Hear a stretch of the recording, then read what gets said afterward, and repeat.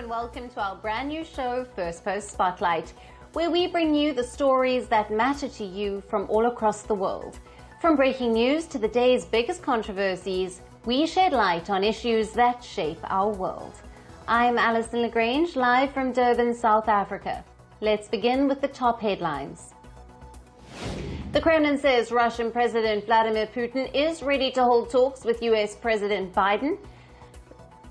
Trump, but is waiting for signals from Washington. Military officials in South Korea claim Pyongyang is preparing to send more soldiers to fight the war in Ukraine along with Russian troops. The UK Met Office issues a red weather warning as Storm Irwin batters the country. Several flights and ferry crossings cancelled and schools shut. And Japan's central bank increases the cost of borrowing to its highest level in 17 years, signaling more hikes to come, spiking the yen against the dollar. And in tennis news, the great Novak Djokovic hints at retirement from the sport after withdrawing from the 2025 Australian Open semi-final against Alexander Zverev.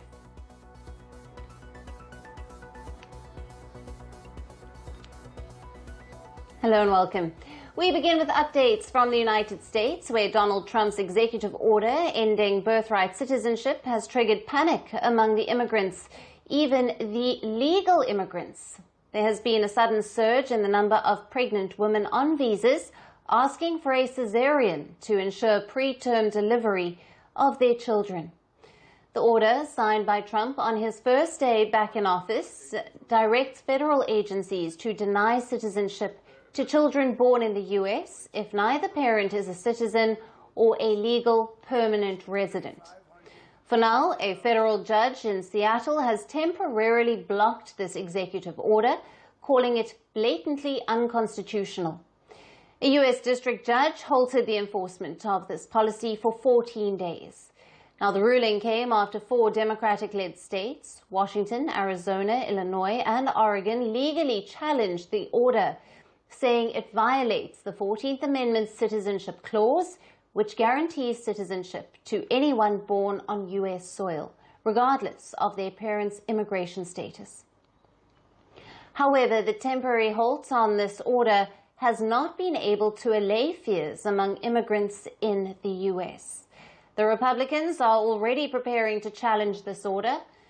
Doctors and gynaecologists in the US are reporting a sudden increase in the number of pregnant Indian women on temporary visas such as the H-1B and the L-1, asking for a cesarean to ensure preterm delivery of their children. That is, before the 20th of February, which is when Trump's new mandate was supposed to go into effect. This is in an attempt to beat his birthright citizenship order. So children born before Trump's order goes into effect, if it does, will be granted citizenship, only if at least one of the parents is either a US citizen or a legally permanent resident. While those born after neither parent, a US citizen or a legally permanent resident, will not get US citizenship. While it won't affect green card holders, those on waiting lists of the paper are feeling the heat. Over 1 million Indians are reportedly stuck in the queue for the US green card. So Indians on a temporary work visa, dependent visa, study visa, academic visitor visa, or a short-term business or tourist visa could face life-altering implications if the order is implemented. There are over 5.4 million Indians in the United States, making up around 1.47% of the US population. Out of this, 34% are US born, while the other 66% are immigrants.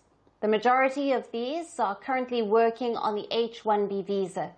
They accounted for 72.3% of the 386,000 H-1B visas in 2023, and in 2022, Indian nationals secured 77% of the 320,000 approved H-1B visas. Donald Trump has long sought to end birthright citizenship, a policy that has been a cornerstone of his immigration agenda since his first presidential campaign in 2016. During his previous term, Trump pitched the idea of ending birthright citizenship through executive action. But back then, it was not formalized into policy. Now, his latest move represents a more aggressive attempt to redefine American citizenship, making the American dream a distant and a difficult one for millions who thought they were closer to it. US President Donald Trump has long painted himself as an ultimate peacemaker to end global conflicts.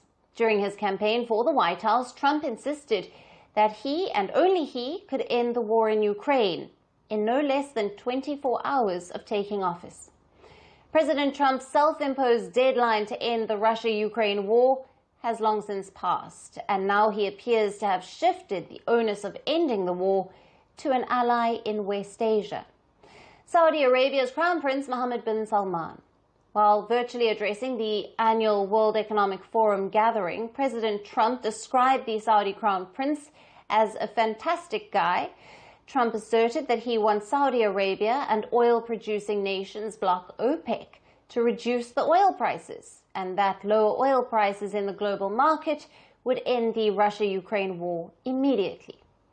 The Western leaders have long claimed that Russia's oil exports during the ongoing war are keeping the country's wartime economy afloat, and that's because the Russian oil prices are significantly lower than the ones offered by other key oil producers like Saudi Arabia. Global oil prices are primarily controlled by Saudi Arabia-led OPEC bloc.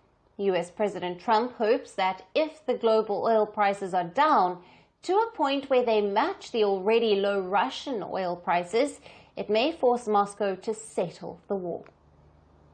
And it's also reported today in the papers that Saudi Arabia will be investing at least $600 billion in America, but I'll be asking the Crown Prince, who's a fantastic guy, to round it out to around $1 trillion. I think they'll do that because we've been very good to them. And I'm also going to ask Saudi Arabia and OPEC to bring down the cost of oil. You got to bring it down, which, frankly, I'm surprised they didn't do before the election. That didn't show a lot of love by them not doing it. I was a little surprised by that. If the price came down, the Russia-Ukraine war would end immediately. Right now, the price is high enough that that war will continue. You got to bring down the oil price. You got to end that war. Trump has shifted the goalpost over ending the war in Ukraine quite a few times. In July last year, during his presidential campaign, Trump vowed to end the war within 24 hours of taking office. On the 21st of January, Trump's self-imposed deadline to end the war in 24 hours of taking office lapsed. On the 22nd of January, reports said that Trump tasked U.S. Special Envoy for Ukraine and Russia to end the war within 100 days. On the same day, he urged Russian President Putin to settle the ridiculous war and get it over with. Trump is now also banking on allies like Saudi Arabia's Crown Prince to use reduced oil prices as a potential deterrent for ending the conflict immediately. He has also suggested the possibility of the US and China together bringing the war to an end. Far from his repeated promise of ending the Russia-Ukraine war immediately after taking office, President Trump now appears to have taken a conventional path to end this long drawn-out conflict. From pitching reduced oil prices by Saudi Arabia as economic deterrent for Russian economy, to even dialing up a geopolitical rival like China, a Trump-led America is doing it all. His campaign trail promise continues to face a real geopolitical test, even as the devastation from the war in Ukraine continues to impact millions.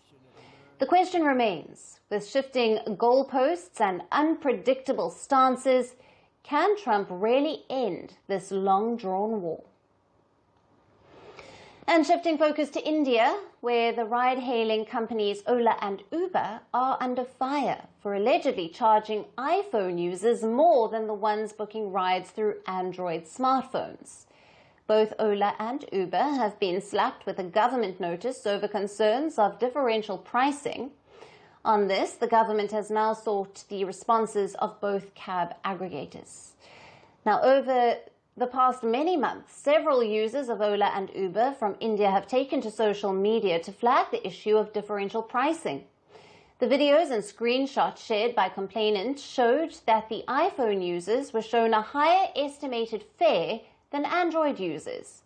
One complainant even claimed that Uber charges more when users are in a desperate state to hail a ride.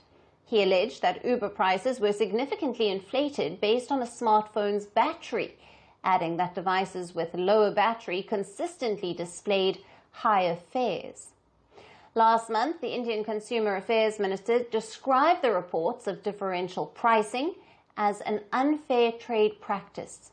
The minister directed a detailed inquiry into the row and flagged what he called the blatant disregard of consumer rights by the cab aggregators.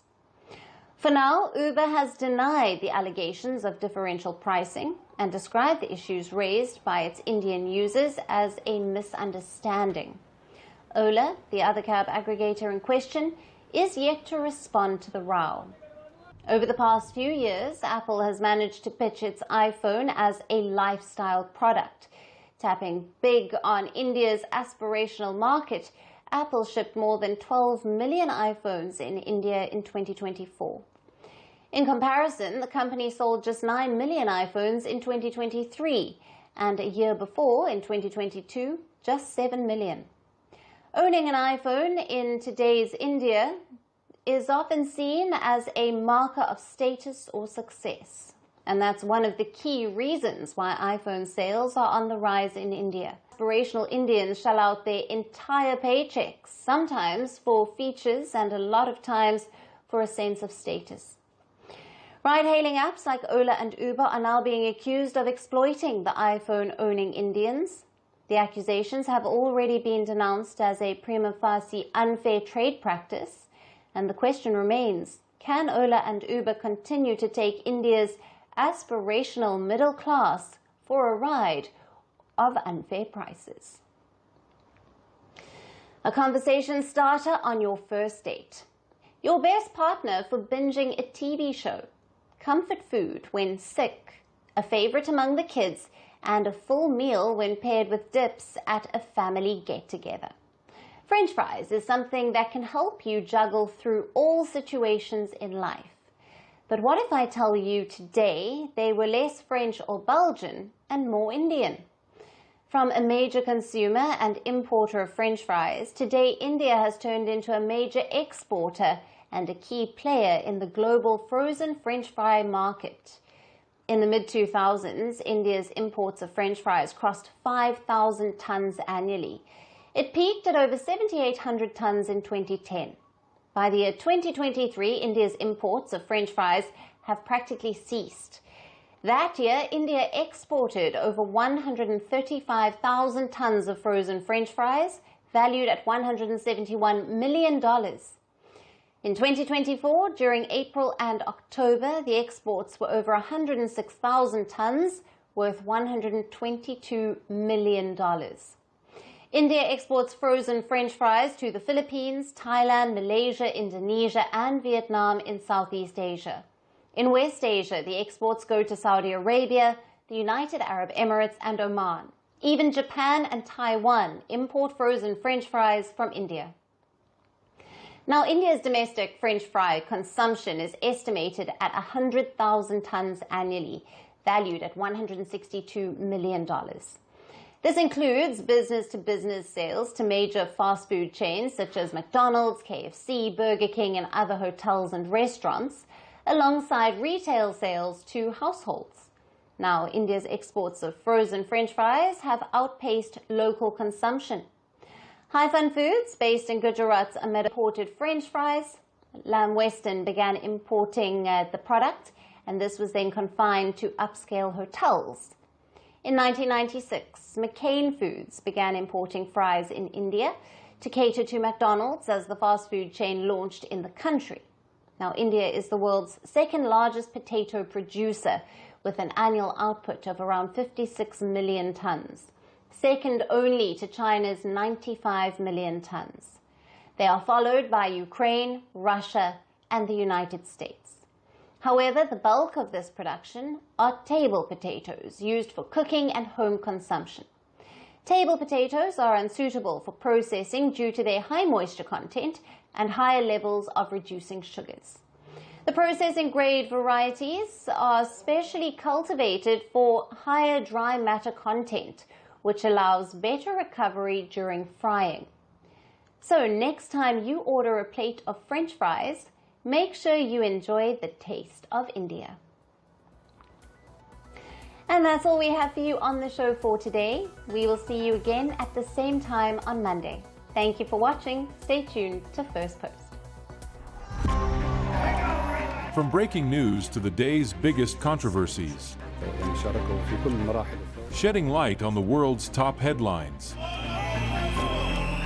detailed analysis on the stories that matter the most to you. Catch it all on Spotlight at 6 p.m. India time and 12:30 GMT, only on Firstpost.